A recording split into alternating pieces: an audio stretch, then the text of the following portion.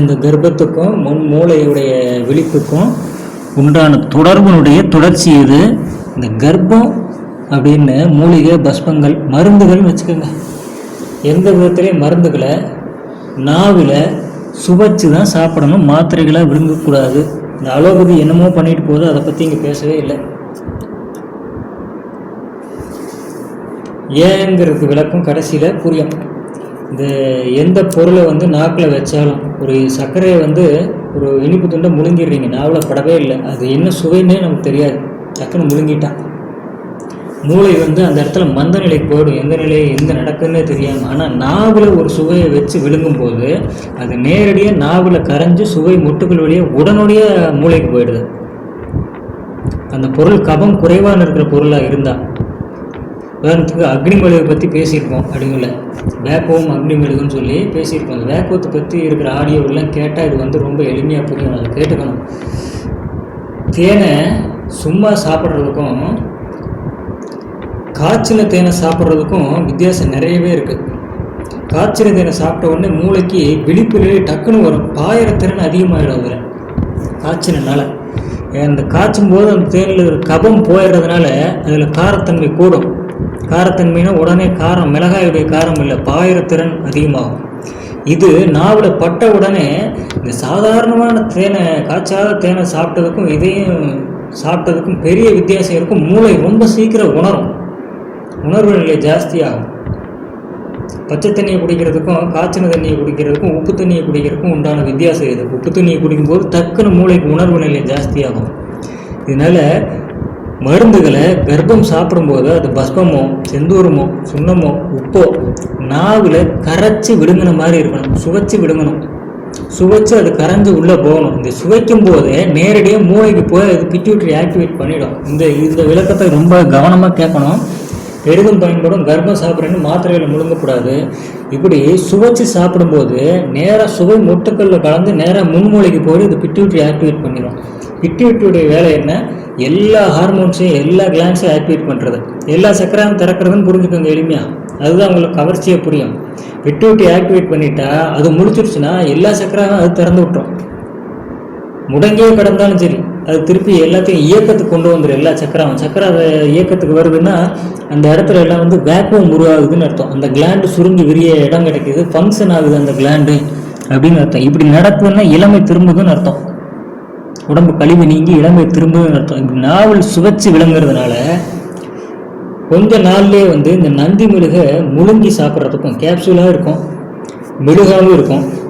இந்த நந்தி மெழுகு கேப்சூலாக நீங்கள் விழுங்குறதுக்கும் நாவல் வச்சு சுவைச்சு சாப்பிடும்போது இந்த நாவலை வைக்கும் போதே மோன நிலையை அது கொடுத்துரும். இந்த நாவலை கரைஞ்சி சுவை மொட்டுக்குள்ள உள்ளுக்குள்ளே பாஞ்சு நேராக அந்த நாடிகள் வழியாக மூளையை சேர்ந்த உடனே மோன நிலையை வாச்சிரும்.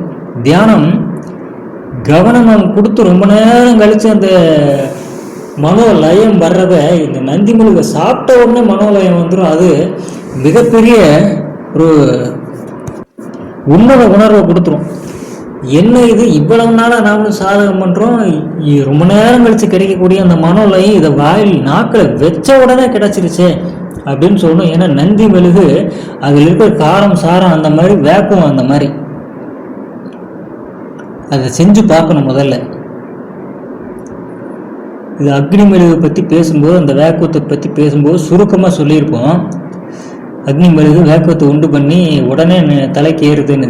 நாவில் சரியாக வச்சாவே தலைக்கு ஏறிடும். அதனால் கர்ப்பம் சாப்பிடும்போது, இந்த தியானத்துக்குன்னு சொல்லி உட்காரும்போது அதில் நந்தி மெழுகு சாப்பிடும்போதோ சுண்ணம் சாப்பிடும்போதோ நாவில் கரைஞ்சி உள்ளே போகிற மாதிரி சாப்பிடணும். அப்படி சாப்பிட்டா தான் உருப்படியான பலன் கிடைக்கும். என்ன வேணும்னு சாப்பிட்றீங்களோ அது சீக்கிரம் கிடைக்கும். முன்மூலையை உடனே ஆக்டிவேட் பண்ணிடும். இதை ஆக்டிவேட் பண்ணுறதுனால உடனே புலன் ஒடுக்கம் கொடுத்துரும். இந்த மெலடோனின் செக்ரீஷன் எல்லாம் என்னமோ பிளான் பண்ணி நீங்கள் பண்ண வேண்டிய அவசியம் இல்லை. நந்தி மெழுகை சாப்பிட்ட உடனே புலன் ஒடுங்கி உள்ள தியானத்துக்கு உட்கார வச்சிரும். தியானம் உட்காரணும்னு சொல்லி ஒரு இடத்துல உட்காந்துட்டு நந்தி மெழுகு நாவலை வச்சு சுவைச்சாவே போதும், கைகால்கள் போட்டு கட்டி வச்ச மாதிரி புலன் ஒடுக்கத்துக்கு வந்துடும். மெலடோனின் செக்ரீஷன் அது அப்படி தூண்டும். நேரடியாக இது சுடுமுனையிலிருந்து பிராணம் கீழே இருந்து மூளை குண்டலினி மேலே எழுந்து அது பீனியில் தொட்டு அப்புறம் மெலடோனின் செக்ரேஷன் பண்ண வச்சு அது உறுப்புகளுக்கு போய் உளன் ஒடுக்கம் கொடுக்கறது. இது யோக தந்திரம். கர்ப்பங்கள் சாப்பிடாத யோக தந்திரம் இதைத்தான் செய்யும். ஆனால் இந்த நந்தி மிருக சாப்பிடும்போது பிட்யூட்ரி ஆக்டிவேட் ஆகிடுது. சுவையிலிருந்து நாவில் கரைஞ்சி இந்த சுவை வழியாக உள்ளே போய் நாடிகள் வழியாக நாக்கிலேருந்து நேரடியாக பிட்யூட்ரி ஆக்டிவேட் பண்ணிடுது. இந்த மூளை ஆக்டிவேட் ஆகிறதுனால இந்த பிட்யூட்ரி சகல விதமான எல்லா கிளாண்ட்ஸையும் ஆக்டிவேட் பண்ணிடும். அத்தனை கிளாண்டும் திறந்துடும்.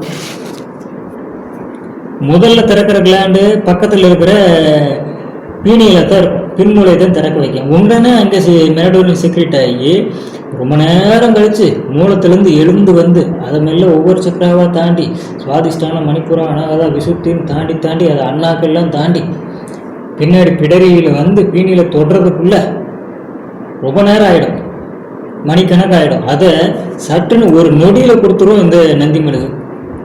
எது இந்த முன்மூளையை ஆக்டிவேட் பண்ணுறது வழியாக, அந்த பிட்யூட்ரி ஆக்டிவேட் பண்ணுறதன் வழியாக பின்மூளையை ஆக்டிவேட் பண்ணி மெலடோனின் உடனடியாக செக்ரேட் பண்ண வச்சு அந்த மெலடோனின் உடனடியாக எல்லா இடத்துக்கும் அந்த செக்ரேட்டான மெலடோனின் பிட்யூட்ரியை உறிஞ்சி எல்லா உறுப்புகளுக்கும் அங்கேருந்து மூளையிலிருந்து செலுத்தி சகலமும் ஒடுக்க நிலைக்கு வந்துடும். தியானம் உடனே கைவசமாகிறோம். இதை செஞ்சு பார்த்தா அதனுடைய அற்புத மகிமை அதனோட அப்போ புரியும். இந்த விளக்கத்தோட மேலும் விளக்கம் தேவைப்படுறவங்க ரோமன் 1 ஆடியோ நம்பர் 21 சப்டிவிஷன் 2 இதையும் வாசிய கர்ப்பமாதல் சுண்ணம் அப்படிங்கிற தலைப்பில் வாசியே சுண்ணம் ஆறுது, பிராணாயாமத்திலே சுண்ணம் உருவாகுது அப்படின்னு ரோமன் 3 1லிருந்து 7 வரைக்கும் இதில் எல்லா சப்டிவிஷனும் கேட்டால் முழுமையான விளக்கம் கிடைக்கும். அதுவும் ஒரு விளக்கத்தை கொடுக்கும். அதையும் இதையும் பொருத்தி பார்க்கும்போது பூரணமான விளக்கம் கிடைக்கும். கர்ப்பத்தை நாவலை சுவைச்சு தான் சாப்பிடணும் அப்படிங்கிறது புரியும்.